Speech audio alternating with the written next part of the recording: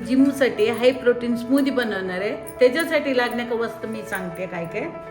1 glass मोठा glass दूध, 2 केले, गूळ आणि खजूर, बदाम 12, काजू 8 आणि वॉलनट 3 हे असतो मनुका आणि पिस्ता टाकायचं.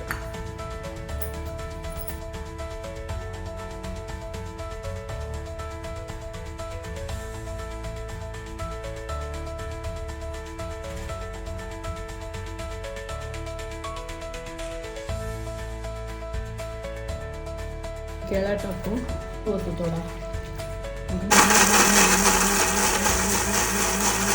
राहिलेलं दूध सगळं टाकूया.